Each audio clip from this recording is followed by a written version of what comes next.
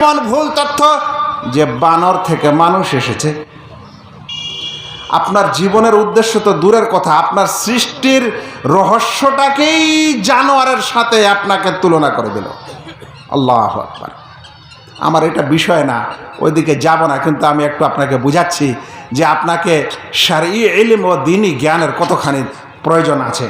ভাইরা, আল্লাহ তাআলা কোরআনে সবচেয়ে বেশি যে জিনিসটাকে নিষেধ করেছেন সেটা হলো শিরক করা। বলেন তো শিরক কাকে বলে? কিভাবে আপনি শিরক থেকে দূরে থাকবেন? যতক্ষণে আপনার জ্ঞান ভাণ্ডারে শরীয়তের জ্ঞান না থাকে, ইসলামের জ্ঞান ও দ্বীনের জ্ঞান না থাকে। ভাইরা, একটি কথা শুনেন। এই সালাফে সালেহিন ইবনু জামাআ রাহিমাহুল্লাহ বলছেন, আল ইশতিগালু বিল ইলমি লিল্লাহি আফদালু মিন নওয়াফিলিল ইবাদাত আল বাদানিয়া।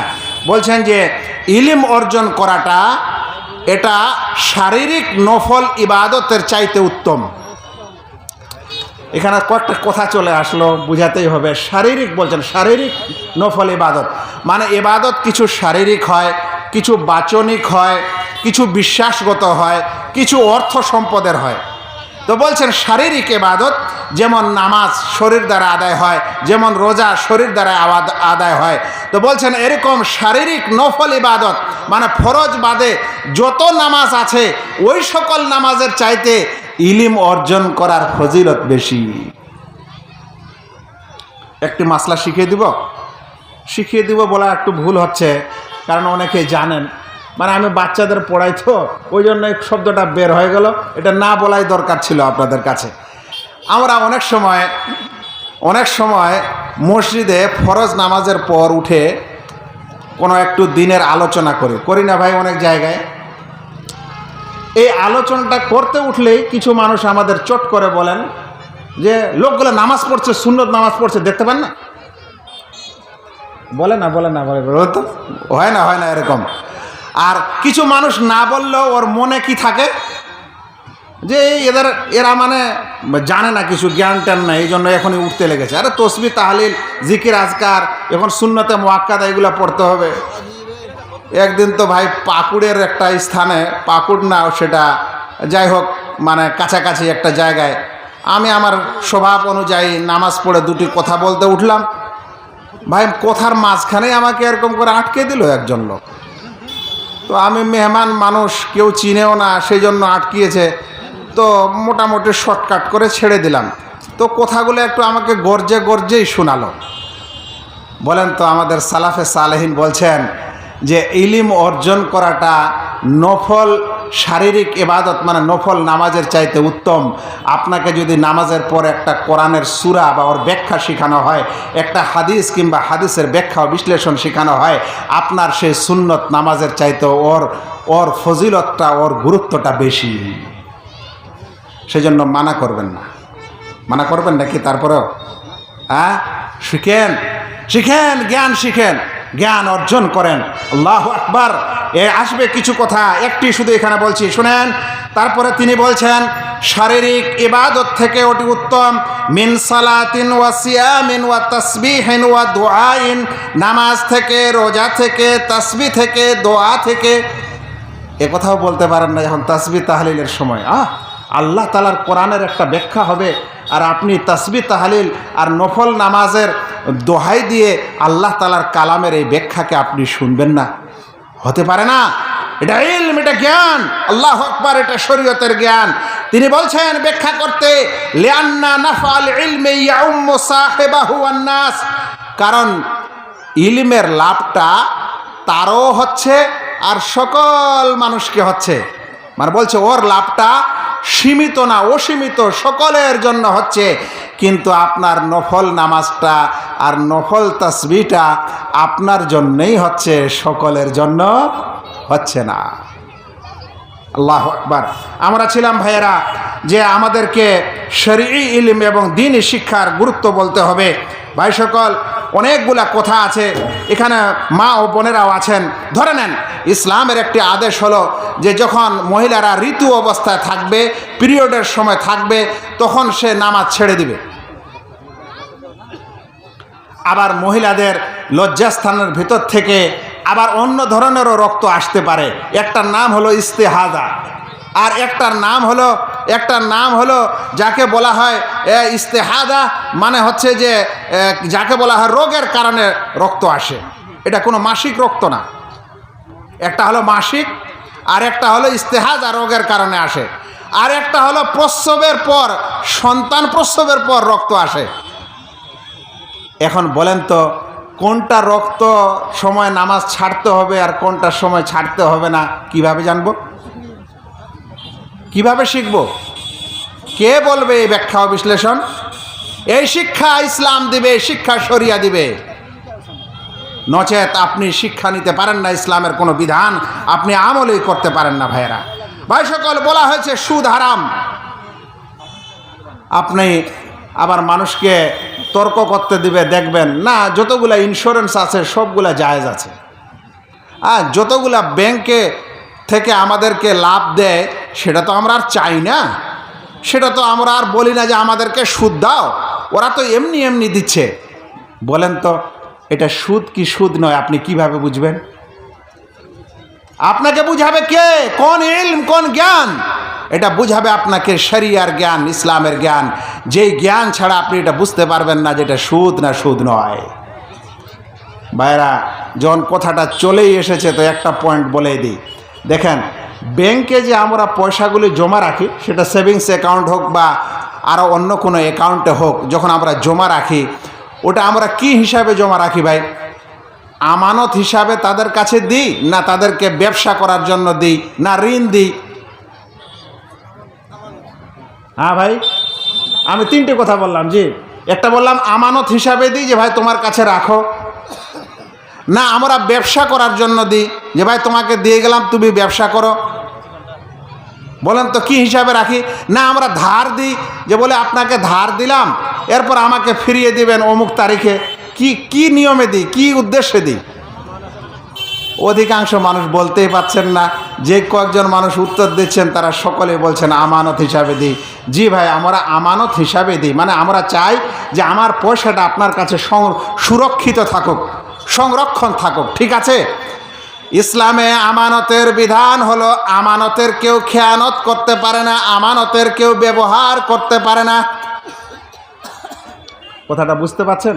মানে আজ যদি আমি আপনাকে বলি কোনো কারণে যে এই মোবাইলটা রাখেন ভাই, আমি অমুক জায়গায় যাচ্ছি, একটু অসুবিধা আছে, তো আসার পর আমি নিব, আপনার কাছে রেখে যাচ্ছি, এটাকে বলা হয় আমানত।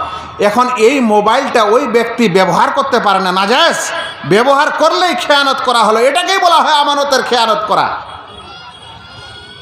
তাহলে আপনি ব্যাংকে দিয়েছেন আমানত আর সমস্ত টাকা আপনার ওরা ব্যবহার করছে, এটা কি হলো? বলবেন দিয়েছি কর্জ, ঋণ দিয়েছেন, তো ঋণ দেওয়ার পর বেশি নিলে কুল্লো কারদিন জাররা নাফান ফাওয়ারে, বা প্রত্যেক ঋণ যার মাধ্যমে লাভ আসে সেটাই সুদ। এখন বলেন এটা সুদ হবে না হবে না? এখন আপনি এটাই বুঝবেন না যেটা আমানত হলো না ব্যবসার জন্য দিলাম, যে না ঋণ হিসাবে দিলাম, তো আপনি সুদকে চিনবেন কিভাবে? তার মানে যে আপনাকে শরিয়ার জ্ঞানেই শিখাতে পারে, বুঝাতে পারে যে আপনি সুদখোর না, কোনটা থেকে সুদ থেকে বাঁচবেন বা কোনটা থেকে বাঁচবেন না, কোন লেনদেন থেকে বাঁচবেন আর কোন লেনদেন থেকে বাঁচবেন না, এটা আপনাকে শরিয়ার জ্ঞানই দিতে পারে। এই জন্য শরিয়ার জ্ঞান কতখানি গুরুত্বপূর্ণ এটা আপনাদের সকলের মাথায়, আমাদের সকলের মাথায় থাকা উচিত। ভাইয়েরা, এতক্ষণে আমি আলোচনা করছিলাম যে শরীয়তের জ্ঞানের প্রয়োজনীয়তা ও গুরুত্ব কতখানি। এখানে আমার প্রথম পয়েন্ট এখানে শেষ হলো। এবার আমি দ্বিতীয় পয়েন্টে যাব, যে এই যে কোরআনের জ্ঞান শিখতে হবে, শরিয়ার জ্ঞান শিখতে হবে, এ সম্পর্কে কোরআন ও হাদিসে অসংখ্য দলিল এবং প্রমাণ এসেছে। সব বললে সময় পাওয়া যাবে না, এক দুটি আয়াত ও এক দুইটি হাদিস বলি। প্রিয় নবী মুহাম্মদ মুস্তাফা সাল্লাল্লাহু আলাইহি ওয়াসাল্লামকে আল্লাহ তাআলা আদেশ করছেন, ওয়াকুর রাব্বি জিদনি ইলমা, হে মোহাম্মদ তুমি বলো, হে আমার রাব, হে আমার রাব, হে আমার প্রতিপালক, জিদনি ইলমা, আমার ইলমকে, আমার জ্ঞানকে তুমি বাড়িয়ে দাও।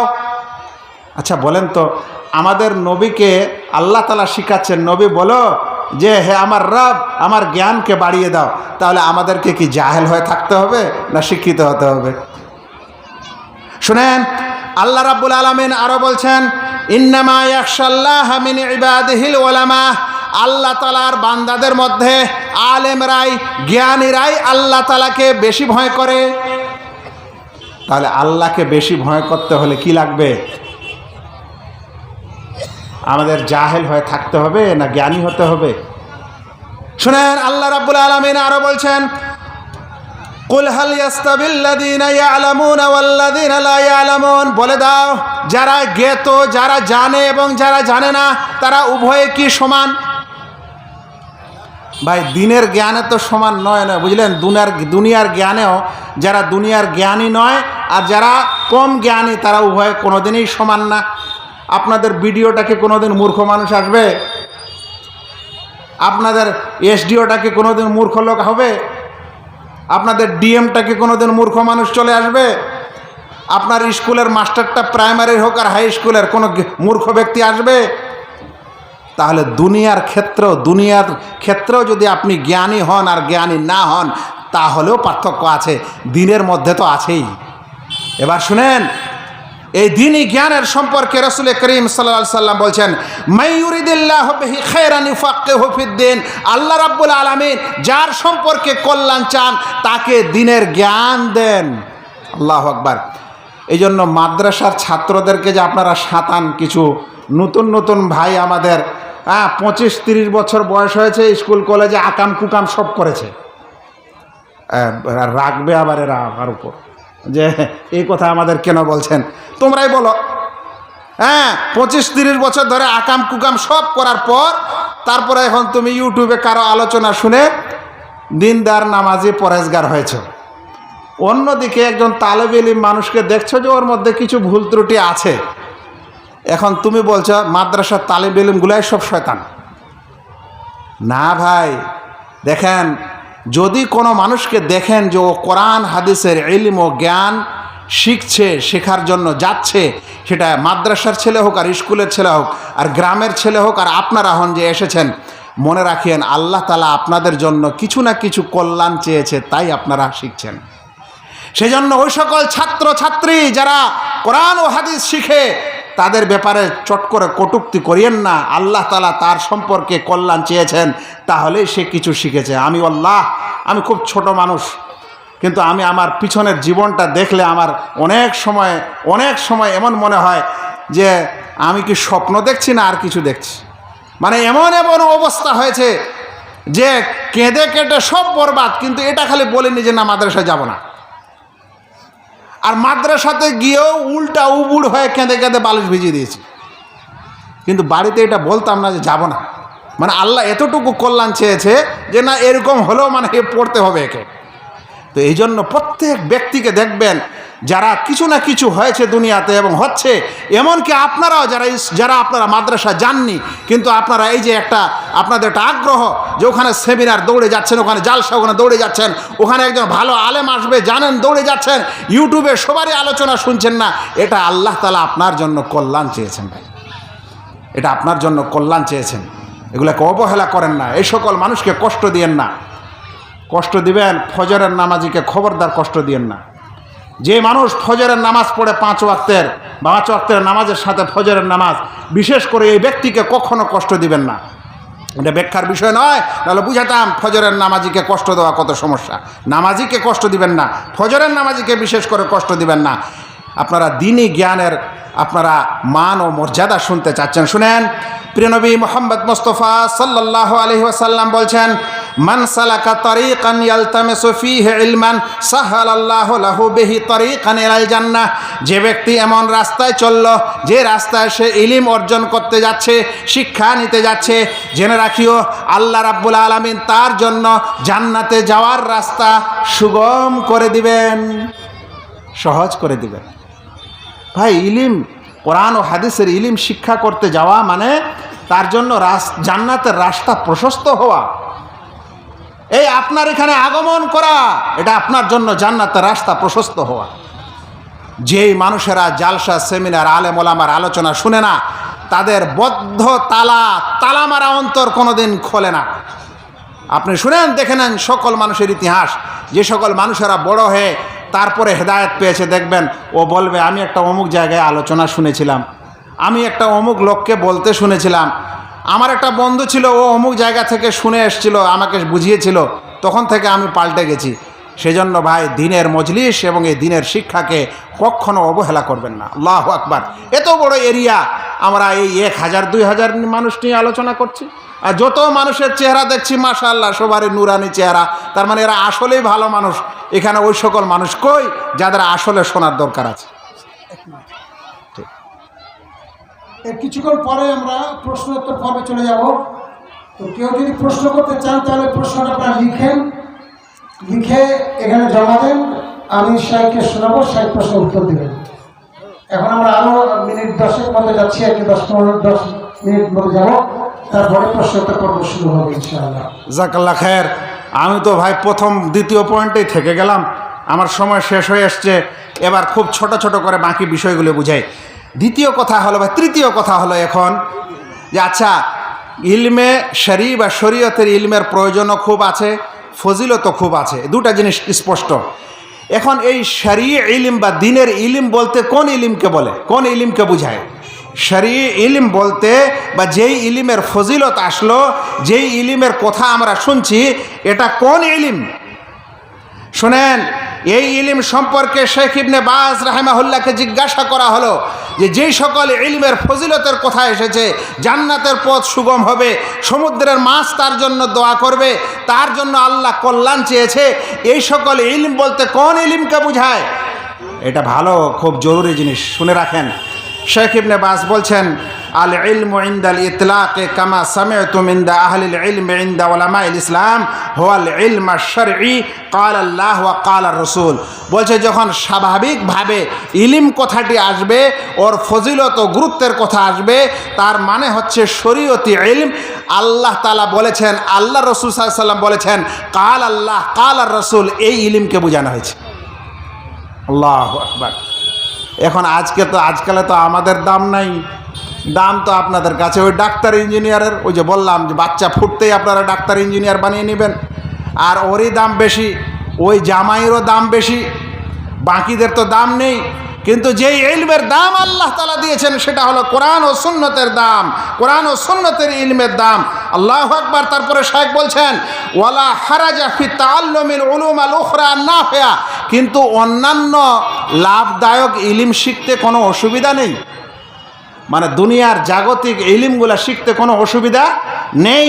তারপরে বলছেন, লিকাসদে নাফি নাস, মানুষের উপকারের জন্য যদি কারো উদ্দেশ্য থাকে।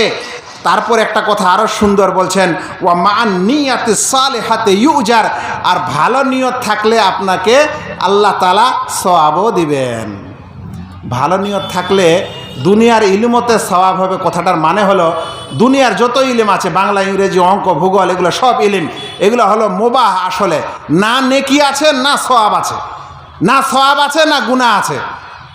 কিন্তু যদি আপনি পড়ার সময় এটা নিয়ত করে নেন যে ডাক্তার হব আর ইনশাআল্লাহ কিছু মুসলিমের সেবা করব, কিছু গরিব মানুষের সেবা করব। আপনি একজন ইঞ্জিনিয়ার হয়েছেন, ঠিক আছে, আমি মসজিদগুলার যখন তৈরি করব আর প্ল্যান, তো আমি একটা টাকাও নিব না। এটা আপনার কি হলো? এটাকে বলা হয় আপনার সৎ নিয়ত। এই সৎ নিয়তের কারণে আপনার এই মুবাহ জিনিসটাতে, যেটাতে কোনো নেকি ছিল না, সেটাতে আপনার নেকি আসবে। আল্লাহু আকবার। এই জন্য মনে রাখিয়েন ভাইরা যে আমাদেরকে কোন ইলম শুনতে হবে আর কোন ইলম বুঝতে হবে। এখন আপনারা যদি এটা বুঝলেন যে ইলম বলতে শরিয়ার ইলমকে বোঝানো হয়েছে, কোরআন ও হাদিসের ইলমকে বোঝানো হয়েছে।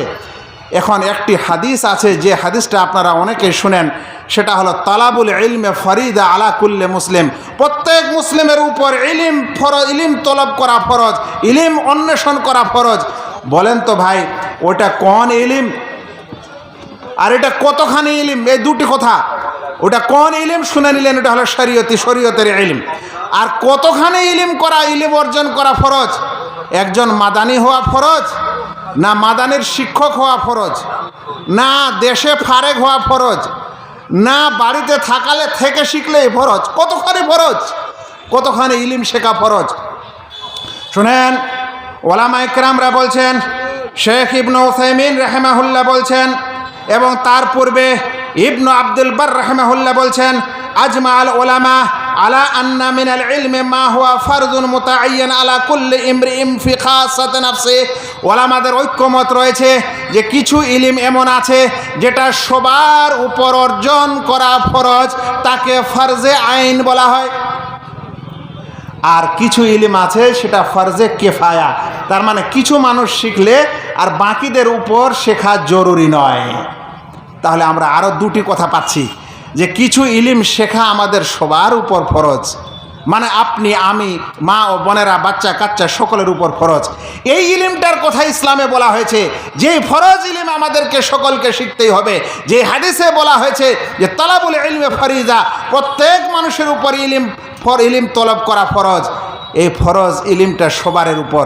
এখন এই ফরজ ইলমটা কতখানি, যে কতখানি, যতখানি শিখলে আপনার এই ফরজটা শেষ হয়ে যাবে, আদায় হয়ে যাবে।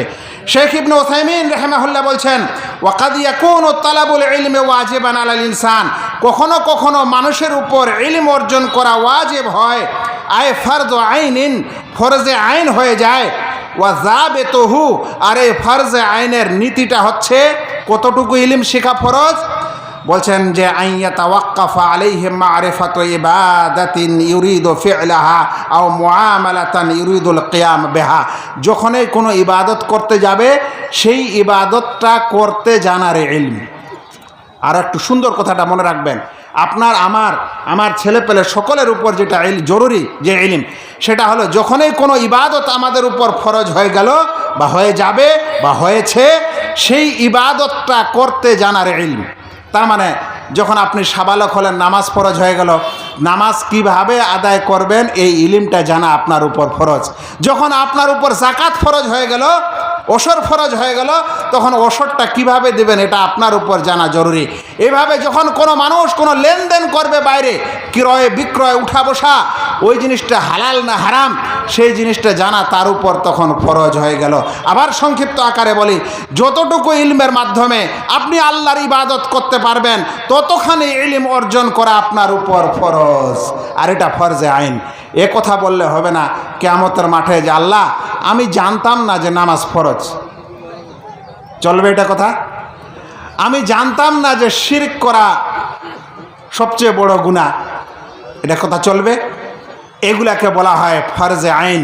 এমন ইলম যে সব বাচ্চাকে, সব সন্তানকে, সব মুসলিমকে শুনতে হবে। ইবনুল কাইয়িম রাহিমাহুল্লাহ ইলামুল মুআক্কিঈনে এর বিশেষ বর্ণনা দিয়েছেন, যে তাফসীল ও বর্ণনা আমি এখানে দিতে পাচ্ছি না, সময় শেষ হয়ে আসছে। এই কারণে ভাইয়েরা, আমাদের প্রত্যেক ভাইকে বুঝতে হবে যে আসলে ফরজ ইলম বলতে আমাদের ওই ইলমকে বোঝায় যেই ইলম ছাড়া আমাদের ইবাদত বন্দেগী হয় না। এবার দুনিয়ার ইলমগুলা, এই যে যতগুলা সায়েন্স বিজ্ঞান আছে, একটু আগে বললাম এটা মুবাহ, ভালো নিয়তের কারণে সওয়াব হবে। এই ইলমগুলাকে একজন গাজ্জালি বিশেষ দার্শনিক তিনি 3 ভাগে বিভক্ত করছেন। ভাই, স্কুল কলেজের শিক্ষাগুলা 3 ভাগে বিভক্ত, আমাদের শরিয়ার ওলামারা, পণ্ডিতরা বলছেন, শুনেন। 1 নম্বর তিনি বলছেন যে আকসামুন মিনহা মা হুয়া মাহমুদুন কাত্তিব্বি ওয়াল হিসাব। বলছেন এই দুনিয়ার জাগতিক ইলমের মধ্যে কিছু ইলম আছে যেটা প্রশংসিত এবং ভালো, যেমন ডাক্তারি ইলম, যেমন হিসাব, অঙ্কের জ্ঞান। আর বলছেন এমনও কিছু ইলম আছে যেটা নোংরা, সেটা নেওয়া যাবে না। ভাই বলেন তো, মিউজিকের জ্ঞান নেওয়া যাবে কি যাবে না? নৃত্য নর্তকের নাচ গানেরটাও এটা ইলম, নেওয়া যাবে কি যাবে না? আচ্ছা, তারপর বলছেন আর এর মধ্যে এমন কিছু ইলম আছে যেটা মুবাহ, নেকিও নাই, গুনাহও নাই। যেমন ধরে নেন যে বাংলা ভাষার জ্ঞান, ইংলিশ ভাষার জ্ঞান, সাহিত্যের জ্ঞান, জিওগ্রাফিয়ার জ্ঞান, ইলম এতে সওয়াবও নাই, এতে গুনাহও নেই। তো সেই জন্য জাগতিক ইলমগুলা, এটাতে সওয়াবও নাই, গুনাহও নেই। কিন্তু যদি আপনার নিয়ত ভালো থাকে, ইলমটা ঠিক হয়, তাহলে ইনশাআল্লাহ তাতে আপনার কিছু সওয়াবও হতে পারে। এবার আমার লাস্ট পয়েন্ট যেটা আমাকে দেওয়া হয়েছে সেটা হলো যে এই সকল শরঈ ইলম কিভাবে বাস্তবায়ন করব। প্রশ্ন কি চলে এসেছে? আচ্ছা, ঠিক আছে। যে এই যে ইলমের কথাটা বললাম, আমি আবারও শর্ট করে বলে দিচ্ছি, আমার ছাত্রদেরকে যেভাবে শিখাই যে ইলমের, শরঈ ইলমের সবচেয়ে বেশি গুরুত্ব আছে। কারণ আমরা ইসলামের আল্লাহ রাব্বুল আলামিনকে চিনতেও পারবো না, ইবাদতও করতে পারবো না যদি শরঈ ইলম না থাকে। শরঈ ইলমের এত দাম যে আল্লাহ রাব্বুল আলামিন যাকে কল্যাণ চান তাকে এই ইলম দান করেন। তারপরে আমরা শুনলাম যে ইলম দুই ভাগে বিভক্ত, একটা হচ্ছে ফরজে আইন যেটা সবার উপর জরুরি, আর একটা হচ্ছে ফরজে কিফায়া যেটা সবার উপর জরুরি না। ফরজে আইন ওই সকল ইলমকে বলা হয় যার মাধ্যমে আমরা আল্লাহর ইবাদত করতে পারবো। বলবেন ভাই এটা কেন ফরজ? কারণ আল্লাহ আমাদেরকে যেই উদ্দেশ্যে সৃষ্টি করেছেন সেই উদ্দেশ্যটা হলো ওমা খালাকতুল জিন্না ওয়াল ইনসা ইল্লা লিয়াবুদুন। আল্লাহ জিন ও ইনসানকে একমাত্র আল্লাহ তাআলার ইবাদতের জন্য সৃষ্টি করেছেন। তো ওই উদ্দেশ্যটা, যে উদ্দেশ্যে আল্লাহ আমাকে সৃষ্টি করেছেন, অতখানি ইলম অর্জন করা আমাদের উপর জরুরি। ফরজে কিফায়া তার মানে এই যে বড় বড় ইসলামের আলেম ওলামা দেখছেন, পণ্ডিত দেখছেন, কেউ ফাকিহ, কেউ মুফাসসির, কেউ মুহাদ্দিস, কেউ গবেষক, কেউ লেখক, এগুলো হচ্ছে ফরজে কিফায়া। কিছু সংখ্যক মানুষ শিখে নেয় তো সবার জন্য আর গুনাহ থাকবে না। কেউ যদি না শিখে তাহলে সকলে গুনাহগার হয়ে যাবে। এবার লাস্ট পয়েন্ট হচ্ছে এটা কিভাবে বাস্তবায়ন করব। খুব মজার বিষয় হচ্ছে যেটা ফরজে আইন মানে যতটুকু ইলম আমাদের উপর সকলের উপর ফরজ, ওটা শিখতে কোনো স্কুলের দরকার নাই, কোনো মিশনের দরকার নাই, ওটা শিখতে কোনো চাকরিওয়ালাও হতে হবে না, আর চাকরি নিতেও হবে না। ওটা এমন ইলম যে তার জন্য একটা বাড়ি হলেও চলবে, একটা গাছের নিচেও হলে চলবে, একটা পথ হলেও চলবে। আল্লাহু আকবার। বলবেন কিভাবে ভাই? ওটা ওইভাবে যেভাবে আমাদের রসুল সাল্লাল্লাহু আলাইহি সাল্লাম শিক্ষা দিয়েছেন। আল্লাহ রসুল মসজিদে নামাজ আদায় করলেন, সাহাবাদের বলছেন সাল্লু কামা রাআইতুমুনি উসাল্লি, তোমরা ওইভাবে নামাজ পড়ো যেভাবে আমি পড়লাম। মানে মানুষেরা দেখে নিল আর পিছনে শিখে নিল। আল্লাহ রসুল সাল্লাল্লাহু আলাইহি সাল্লাম হজ করছেন আর বলছেন যে খুদু আন্নি মানাসিকাকুম, তোমরা এই হজের শিক্ষাকে আমার থেকে শিখে নাও। মানুষেরা হজ করলো, দেখলো, শিখে নিল। রসুল করিম সাল্লাল্লাহু আলাইহি সাল্লামকে নামাজের পর এসে জিজ্ঞাসা করছে, আল্লাহ রসুল উঠে দাঁড়িয়ে বলে দিলেন। আল্লাহ রসুল রাস্তা দিয়ে যাচ্ছেন, একজন মানুষ এসে জিজ্ঞাসা করছে, আল্লাহ রসুল বলে দিলেন। তিনি উটের পিঠে চেপে যাচ্ছেন, মানুষেরা এসে জিজ্ঞাসা করলো, আল্লাহ রসুল উট দাঁড়িয়ে দিলেন, প্রশ্নের উত্তর দিয়ে দিলেন। দেওয়ার পর বলছেন দা আন্নাকা, এবার তুমি আমার উটকে ছেড়ে দাও, আমাকে যেতে দাও। তার মানে যে ফরজ ইলমটা হবে সেই ফরজ ইলমটা একজন বাবা, একজন পিতা, একজন গার্জিয়ান সে তার সন্তানকে শিখিয়ে দিবে, সে তার সন্তানকে বুঝিয়ে দিবে, সে তার সন্তানকে জানিয়ে দিবে। মনে রাখেন, এই জন্য যদি আপনাকে আক্ষরিক জ্ঞান অর্থাৎ আলিফ বা তাসা ক খ গ গ এটারও পড়ার দরকার নেই। আপনি শুনছেন, আপনি বলছেন, আপনার সন্তানেরা শুনছে, আপনি সূরা ফাতিহা শিখাচ্ছেন, ও মুখস্থ করছে, আপনি দোয়া শিখাচ্ছেন, সে মুখস্থ করে নিচ্ছে। আপনি বলছেন সুদ খাওয়া যাবে না, ঘুষ খাওয়া যাবে না, জেনা করা যাবে না। এই সকল ইলমের জন্য কোনো আক্ষরিক জ্ঞান লাগে না, শুধুমাত্র এই শুনে শুনেই, দেখে দেখেই এবং বুঝে বুঝেই এই ইলম অর্জন হয়ে যেতে পারে। জানেন আমাদের রাসূল সাল্লাল্লাহু আলাইহি সাল্লাম তো আক্ষরিক জ্ঞান ছিল না। তো একদিন মানুষেরা বলছে, আল্লাহ রসুল আপনি তো 1 মাসের কসম খেয়েছিলেন, আজকে তো 29 দিন হয়েছে, আর তাতে বের হয়ে চলে আসলে। একটা বিশেষ ঘটনা এসেছে, 1 মাস থাকার কথা আর 29 দিনে বের হয়ে এসছেন। তো আল্লাহ রসুল বলছেন শোনো, এই দেখেন, বলছেন আল্লাহ রসুল অক্ষর ছিল না, তিনি বলছেন কিভাবে, দেখো মাস হয় এই রকম, এই রকম, এই রকম। এটা কত হলো ভাই? আবার বলছেন আবার মাস হয় এইরকম, এরকম, এরকম। এটা কত হয়ে গেল? 30। দেখেন, তো সেই জন্য শরিয়ার যেগুলা বেসিক জ্ঞান এবং ফরজ জ্ঞান, সেটার যদি আপনি 1 2 3 4 নাও জানেন তাও সেটা শেখা হয়ে যায়। তবে যদি কোথাও আক্ষরিক জ্ঞানের ব্যবস্থা থাকে, যেরকম আমাদের মক্তব মাদ্রাসা, তাহলে সেখানে শিক্ষা নেওয়া কোনো আমাদের আপত্তি হবে না। সেই শিক্ষা আমরা নিব। কারণ রাসূল করিম সাল্লাল্লাহু আলাইহি সাল্লামের যুগে 12 জন কোরআনের লেখক ছিল, এটা ঐতিহাসিকভাবে স্বীকৃত, তারও বেশি। রাসূল করিম সাল্লাল্লাহু আলাইহি সাল্লাম বিভিন্ন বাদশাকে চিঠি পাঠিয়েছিলেন এবং একজন সাহাবী সেটা লিখে দিয়েছিলেন, এটাও সত্য। আর একটা সত্য ঘটনা শুনেন, যখন বদরে মক্কার মুশরিকরা কয়েদি হয়ে মদিনায় এসেছিল বদরের যুদ্ধের পর, তাদেরকে ছাড়তে হবে। রাসূল করিম সাল্লাল্লাহু আলাইহি সাল্লাম বলেছিলেন বিনিময়ে কি দিবে? বলছে বিনিময়ে আমাদের মুসলিম সন্তানদেরকে তোমরা শিক্ষা দিয়ে দাও, তোমাদের আক্ষরিক শিক্ষাটা দিয়ে দাও। সেজন্য ভাইয়েরা, এই আক্ষরিক শিক্ষা নেওয়া হচ্ছে ফার্জে কেফায়া, অনেক সময় ফার্জে আইন হতে পারে। সেটা আপনার বাড়িতে হতে পারে, সেটা আপনার প্রতিষ্ঠান হতে পারে, সেটা মসজিদ হতে পারে, সেটা মাদ্রাসা হতে পারে। আর দুনিয়ার শিক্ষার জন্য যে কাঠামো আছে সেই কাঠামো আপনি নেবেন। শরিয়ার শিক্ষার জন্য মাদ্রাসা এবং শিক্ষক, এবং যেই শিক্ষকের কাছে পড়াবেন, যে মাদ্রাসায় পড়াবেন, সেই মাদ্রাসার মানহাজ সিলেবাস যেন সহি হয়, সঠিক হয়, সালাফি মানহাজের উপর হয়। এবং বাচ্চাকে যে শিক্ষক দিয়ে পড়াবেন সেই শিক্ষকের যেন আকীদা সহি হয়, মানহাজ সহি হয়। আপনাকে এই দুটি জিনিস লক্ষ্য করলেই ইনশাআল্লাহ আমাদের এই লক্ষ্য উদ্দেশ্য পূরণ হবে।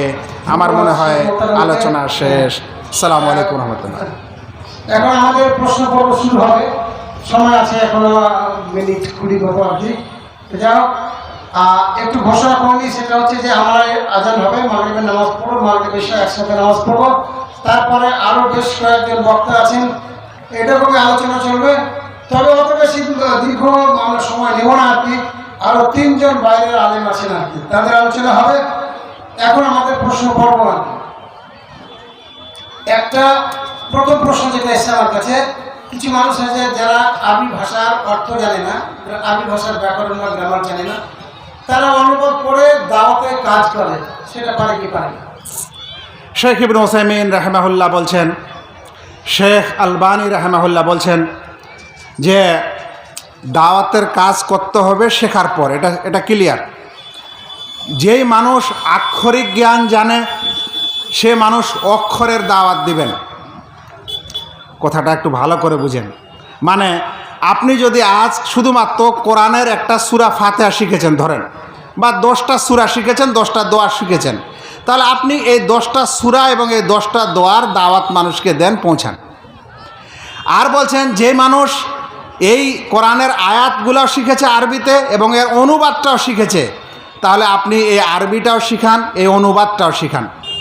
আর যদি কোনো মানুষ এই আরবিটাও শিখেছেন, অনুবাদটাও শিখেছেন, আর ওর ব্যাখ্যা বিশ্লেষণটাও শিখেছেন, তাহলে আপনি ওইটাও পৌঁছান।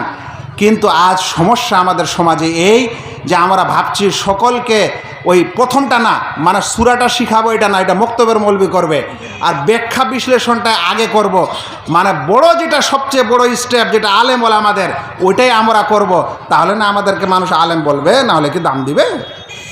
ভাই এত সোজা জিনিস না। আপনি সূরা দোয়া শিখেছেন, ওইটাই শিখান। মানে শিখেছেন তাহলে মানেটা করেন, ব্যাখ্যা বিশ্লেষণ শিখেছেন তাহলে ওইটা করেন। এখন আপনি মানেটা করছেন, আমাকে বলেন মানেটা আপনি করেছেন না একজন অন্য লেখক করেছে? কিন্তু আপনি বলার সময় ফের বলছেন না যেটা আমি অমুক লেখক অনুবাদ করেছে, ওর অনুবাদটা পড়ছি। তার মানে আপনি ধোঁকা দিচ্ছেন। পরের ইলম নেওয়ার পর নিজেকে জাহির করছেন যে হ্যাঁ আপনি বড় আলেম, আপনি এই হাদিসটার অর্থ করেছেন এবং করছেন, নিজের ভাষায় বুঝাচ্ছেন। প্রত্যেক অনুবাদক, সেটা কোরআনের হোক হাদিসের হোক, যদি আপনি অনুবাদের প্রচারকারী হন, তাহলে আপনি অনুবাদকের নাম নিয়ে বলবেন আমি বুখারী শরীফ বা অমুক শরীফ, অমুক অনুবাদক, অমুক প্রকাশক, তিনি এর অনুবাদ করেছেন, এই অনুবাদ আমি আপনাদের শোনাচ্ছি। তাহলে আপনি সহি মোবাল্লেগ, না হলে ধোঁকাদাতা। আর দ্বিতীয় প্রশ্ন, আমাদের সমাজে কিছু ইসলামী সংগঠন আছে, তাদের আকীদা আমাদের জানা নেই, যেটা লিখেছেন আল্লামা মওদুদীর তাফসীরুল কোরআন একামতের দিনের মতো বই আছে, যেগুলো তারা পড়ে এবং আমাদের পড়তে উৎসাহিত করে, এবং তারা কখনো কখনো আমাদের কাছে আর্থিক সহযোগিতা চায়। এটা আমরা করতে পারি কিনা? আপনাদের প্রশ্ন শুনে আমার একটা আরবি কবির কবিতা মনে পড়ে গেল। সেই আরবি কবি বলছেন যে কাল ঈসে ফিল বাইদাই ইয়াকতুলুহা যামাউ ওয়াল মাউ ফাওকা আযহুরিহা মাহমুলু। বলছে সেই উষ্ট্রির মতো, সেই উটের মতো, যেই উট তার মরুভূমিতে পিপাসায় মারা যাচ্ছে, অথচ তার পিঠে পানির মশকিজা, পানির মশক রয়েছে। মানে মরুভূমিতে চলার সময় একজন উট যাত্রী, পথযাত্রী, সে পানির মশক নিয়ে যায়, কারণ মরুভূমিতে আর পানি পাওয়া যাবে না। এখন যে কোনো কারণে রাখাল চলে গেছে, আর উটের পিঠে তার খাবারও আছে আর ওর পানির মশকটাও আছে, মানে পানির ওই যাকে বলা হয় ডিব্বাটাও আছে। এখন সেই উট ওই পিপাসায় সেই মরুভূমিতে মারা যাচ্ছে, অথচ পানি তার কোথায় আছে? তার পিঠের উপরে আছে। আহলে হাদিসের সন্তান আহলে হাদিসের ঘরে জন্ম নিয়েছেন, আপনার বাপ দাদু সকলে আহলে হাদিস, আপনি আপনার আহলে হাদিস চিনেন না, আপনি সালাফিয়াত চিনেন না, আপনি আপনার ঘরে ছটফট করে অন্য নীতি ও আদর্শ নিয়ে মারা যাচ্ছেন, অথচ সহি আদর্শ, অথচ সহি কোরআন ও হাদিস আপনার পিঠে, আপনার ঘরে, আপনার মধ্যেই রয়েছে। এই হয়েছে অবস্থা। ভাই, আমার কাছে একটা সোজা থিওরি শুনেন। ইসলামে রসুল করিম সাল্লাল্লাহু আলাইহি সাল্লাম যখন দুনিয়া থেকে বিদায় নিয়েছিলেন, তখন কাকে ছেড়ে গেছিলেন? কোন শিক্ষাকে ছেড়ে গেছিলেন? যাদের ছেড়ে গেছিলেন, যাদের যেই জিনিস শিক্ষা দিয়ে গেছিলেন ওটাকে বলা হয় আদর্শ। যাদের ছেড়ে গেছিলেন তারা হলেন সাহাবা। তাদেরকে যে আদর্শের উপর ছেড়েছিলেন সেটা হলো মানহাজ, সেটা হলো নীতি। আকীদার বিষয়ে কি শিক্ষা দিয়েছিলেন, রাজনীতির ব্যাপারে কি শিক্ষা দিয়েছিলেন, আদব ও শিষ্টাচারের নীতিতে কি শিক্ষা দিয়েছিলেন, ইবাদত বন্দেগীতে কি শিক্ষা দিয়েছিলেন, ওই আদর্শটাকেই বলা হয় মুসলিম জামাত। ওই আদর্শটার উপর থাকাই হলো জান্নাতি জামাত। রাসূল করিম সাল্লাল্লাহু আলাইহি সাল্লাম বলছেন, কিয়ামত ততক্ষণ পর্যন্ত হবে না, কিয়ামত চলে আসবে অথচ আমার উম্মতের একটি সম্প্রদায় হকের উপর প্রতিষ্ঠিত থাকবে, যাহিরিনা আলাল হক। কিয়ামত পর্যন্ত আমার উম্মতের একটা দল হকের উপর প্রতিষ্ঠিত থাকবে। আল্লাহর ওয়াস্তে প্রশ্ন করি, যেদিন জামাতে ইসলামে লাহোরে আবিষ্কার হয়নি সেদিন কি এই হক জামাত দুনিয়া থেকে চলে গেছিল? আমাকে বুঝাতে দেন কথাটা। 1946 খ্রিস্টাব্দে যখন লাহোরে জামাতে ইসলাম প্রতিষ্ঠিত হয়নি বা হয়েছিল, তার আগে কি রসুল সাল্লাল্লাহু আলাইহি ওয়াসাল্লাম যে বলে গেলেন যে আমার উম্মতের একটি দল সব সময় হকের উপর প্রতিষ্ঠিত থাকবে যতক্ষণ পর্যন্ত কিয়ামত না আসবে? বলেন তো ওই সময় হক জামাতটা ছিল কি ছিল না? যদি ছিল তা আপনি নতুন করে কেন আবিষ্কার করলেন? আপনার আমার দরকার আছে ওই হক জামাতকে খোঁজা, ওই আদর্শকে খোঁজা এবং ওই আদর্শের উপর জীবনযাপন করা। পৃথিবীতে রসুল করিম সাল্লাল্লাহু আলাইহি সাল্লামের পর যত জামাত আবিষ্কার হয়েছে সবই ভ্রান্ত। তবে সাংগঠনিক রূপরেখাটা আলাদা জিনিস, সাংগঠনিক রূপরেখাটা আলাদা জিনিস। মানে আপনারা এইখানে এই যে ইত্তেহাদুল মুসলিমিন নামে একটা সংগঠন বানিয়েছেন, এতে কি আপনারা আদর্শকে বলে দিয়েছেন? না আপনাদের একটা বিশেষ দাওয়াতি প্রোগ্রাম সুন্দর করে হোক সেই জন্য আপনারা একটা সংগঠন বানিয়েছেন? কিন্তু যেদিন আপনি আপনার আদর্শকে বলে দিয়ে দিবেন এবং বলবেন আমরা ইত্তেহাদুল মুসলিমিন একটা সংগঠন, আমাদের এটা এটা আদর্শ, এটা আমাদের উসুল, ইনি আমাদের ইমাম এবং এটা আমাদের টার্গেট, তাহলে সেদিন থেকে আপনি জামাত হয়েছেন এবং মূল জামাত থেকে বের হয়েছেন। আজ যখন 1946 খ্রিস্টাব্দে লাহোরে সম্মেলন দেওয়ার পর এই জামাত প্রতিষ্ঠিত হয়, তাদের মূল ধারা আছে, তাদের আদর্শ আছে, তাদের বৈশিষ্ট্য আছে, তাদের কর্মনীতি আছে, তাদের সংগঠন নীতি আছে, তাদের রাজনীতি আছে, সকল কিছু তারা নিজের মতো করে ব্যাখ্যা করে সেখানে তৈরি করে রেখেছেন। আকিমউদ্দিনের সম্পূর্ণ একটা মন গড়া ব্যাখ্যা দিয়েছেন। আকিমউদ্দিনের তাফহিমুল কোরআনে যে ব্যাখ্যা দিয়েছে, বলেন তো তাফহিমুল কোরআনের পূর্বে ইবনে কাসির ছিল না? কুরতুবী ছিল না? জারির তাবারি ছিলেন না? তার কোরআনের ওই আয়াতের ব্যাখ্যাটা দেখেন আর আপনার তাফহিমুল কোরআনের ব্যাখ্যাটা দেখেন। যদি আপনারা এই আমাদের সালাফে সালেহিনের ব্যাখ্যাকে ছেড়ে এই ব্যাখ্যা করেছেন তো আপনার অন্তরে কিছু আলাদা ছিল, যেই কারণে এরকম করেছেন। সেই জন্য বলছিলাম যে নিজের পিঠে পানি থাকতে আপনি পিপাসায় মারা যাচ্ছেন, এই সকল সন্তানকে বোঝা উচিত। আমি আজ স্মরণ করছি সম্পূর্ণ শ্রদ্ধার সাথে এবং দোয়ার সাথে মৌলানা আব্দুল্লাহ আল কাফি আল কুরাইশি রাহিমাহুল্লাহকে। তিনি একবার বলেছিলেন যে আজ আহলুল হাদিসদের ঘরে এই অমৃত থাকার পরেও এরা আজ ওপরের কাছে খুঁজিয়া বেড়াইতেছে। শব্দটা ভুলে গেছি, ফাতোয়া ও মাসাইলে এসেছে। এই সমস্যা আমাদেরকে বুঝতে হবে এবং বুঝাতে হবে। আপনারা দূরে কেন থাকেন? আপনাদের যদি শিক্ষার এবং সত্য দলের দরকারই হয়, সত্য নীতির দরকার হয়, টার্গেট আপনারও জান্নাত, টার্গেট আমারও জান্নাত, তো আপনি বসে ক্লিয়ার কেন করছেন না? কেন বসতে চান না? কেন বুঝতে চান না? আপনারা তো আমাদেরই সন্তান। এটা খুব আফসোসের বিষয়। এবং এই মানহাজ, এই নীতি, এই আদর্শ যতদিন সালাফে সালেহিনের আদর্শের উপরে না থাকেন, আপনার আকীদায়, আপনার ঈমানে এবং আপনার আমলে, ততদিন পর্যন্ত আপনি সত্য মুসলিম হতে পারেন না। ইবনে মাসউদ রাদিয়াল্লাহু তাআলা আনহু বলেছেন, পৃথিবীর সকল মুসলমান যদি ভ্রান্ত হয়ে যায় আর কোনো একজন মানুষ যদি এই সালাফদের আদর্শের উপর থাকে, তাহলে একে জামাত বলে, ওকে জামাত বলে না। আদর্শ মানহাজের আলোচনা করতে দিবেন না আপনারা। আজ একটা আলোচনা করলে পিছনে ভেড়ে যাচ্ছেন, একের পর এক কমেন্ট সোশ্যাল মিডিয়া ছেড়ে দিচ্ছেন, আমাকে বলছে মূর্খ। হ্যাঁ, তোমার জ্ঞান অনুপাতে আমি মূর্খ হতে পারি, কিন্তু আমি যেটা বলেছি সংগঠনে বা এতে, সেটা আমি আমার মুখ দিয়ে বলিনি। আমাকে বলেছেন আপনি আমাদের কর্মনীতি কি বলে যে আমাদের কর্মসূচি পড়েছেন করে মনে হচ্ছে আমাকে মিথ্যা বানাচ্ছে। আমি বাংলাদেশেরটাও পড়েছি, আমি ভারতেরটাও পড়েছি, আমি পাকিস্তানেরটাও পড়েছি। আপনারা পড়েছেন বোঝেন, কিছু বুঝবেন না আপনারা, না বুঝলে কিছু করার নেই।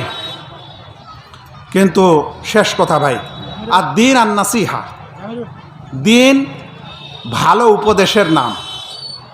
আপনি আমি আল্লাহ এই জীবনের আমাদের কি দাম আছে? আজকে এখানে দাঁড়িয়ে আছি, এখনই শেষ হয়ে যেতে পারি, কিন্তু আজ যদি আমার আদর্শটা আমার নবীর না হয়, আদর্শটা যদি আমার সাহাবীর না হয়, তার মতো যদি আমার আকীদা না হয়, তার মতো যদি আমাদের ইবাদত না হয়, তার মতো যদি আমাদের জীবন চলার নিয়ম না হয়, ইসলাম বুঝার নিয়ম না হয়, তাহলে আমরা ব্যর্থ মুসলিম, আর কিছু করার নেই।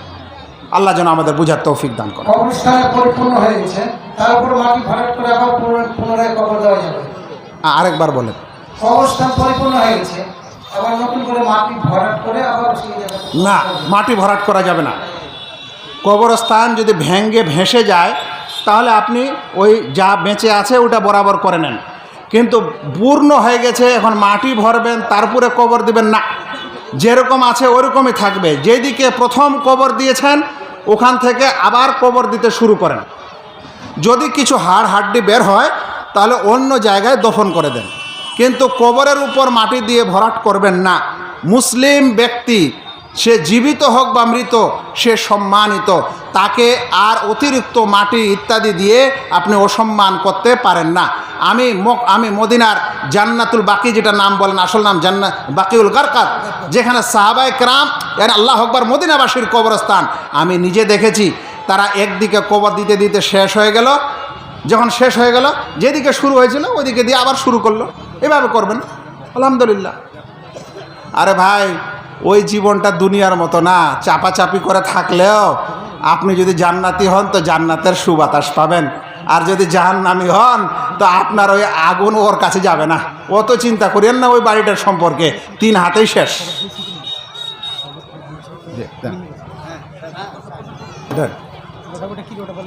কোন আলোচক শুধু মেয়েদের সামনে আলোচনা করতে পারে? শুধু মেয়েদের সভা আছে? শুধু মেয়েদের সভায় যদি সে অন্ধ ব্যক্তি হয় তাহলে পারে, আব্দুল্লাহ ইবনে উম্মে মাকতুমের মতো, এবং পরহেজগার মানুষ। মনে রাখবেন, যদি ওই মানুষের দ্বারায় ফিতনা হওয়ার সম্ভাবনা থাকে, তাহলে সেই মানুষ একাই কোনো মহিলার সামনে যেতে পারে না, ওয়াজ নসিহতও করতে পারে না।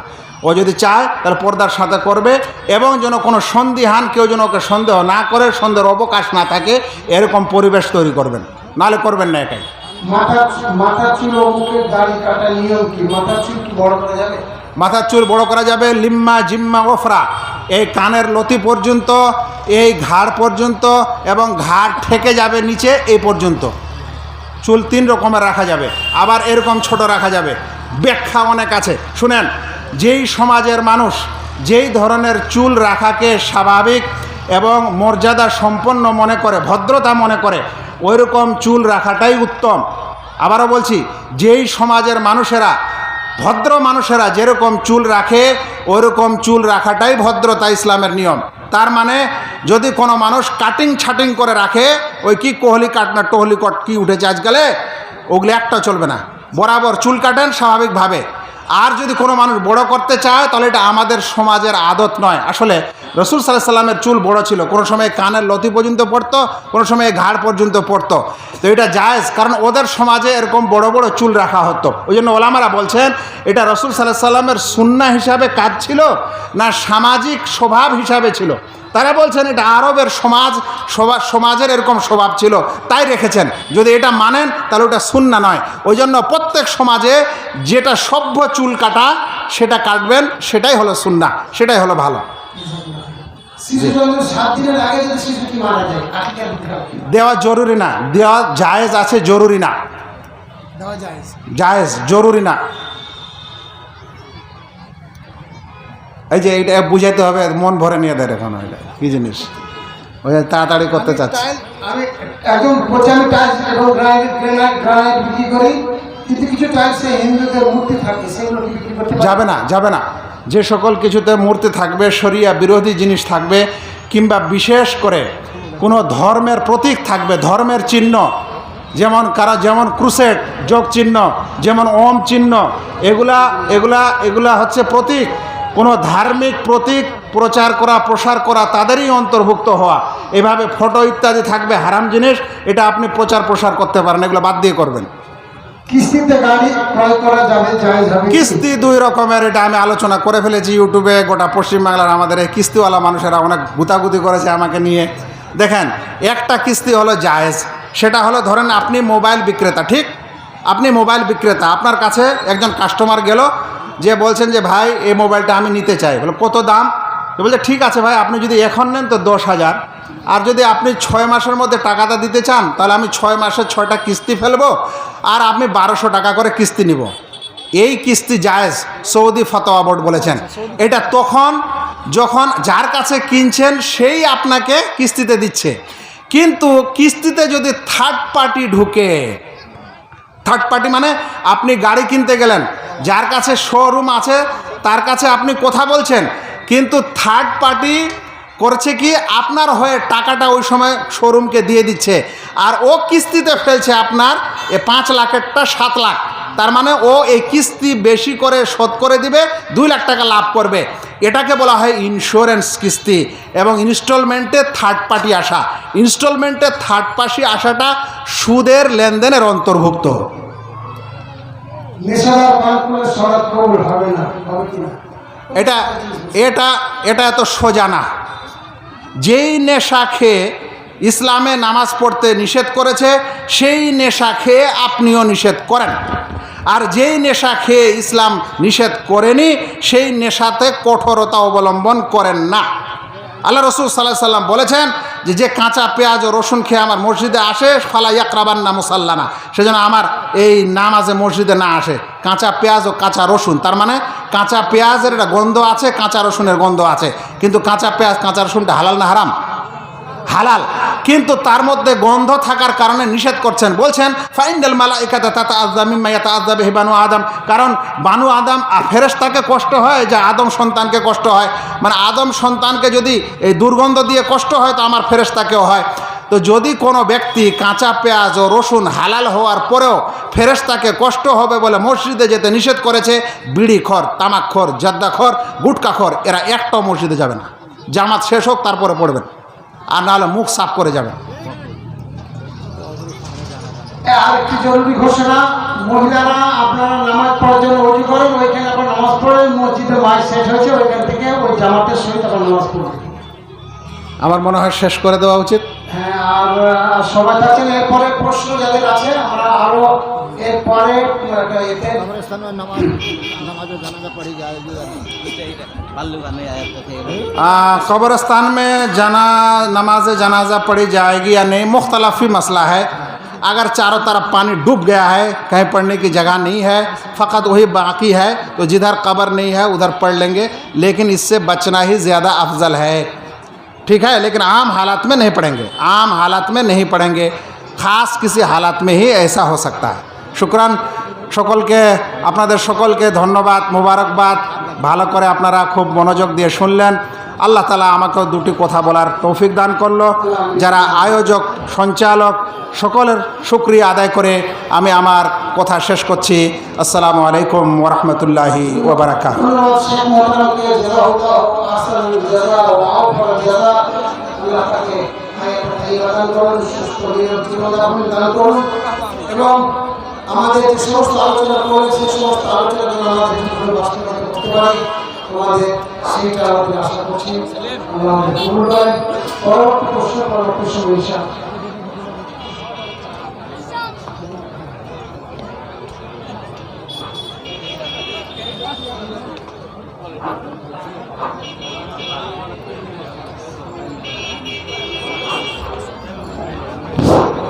কারি নাইমুল, আজানের জন্য এখানে এসো।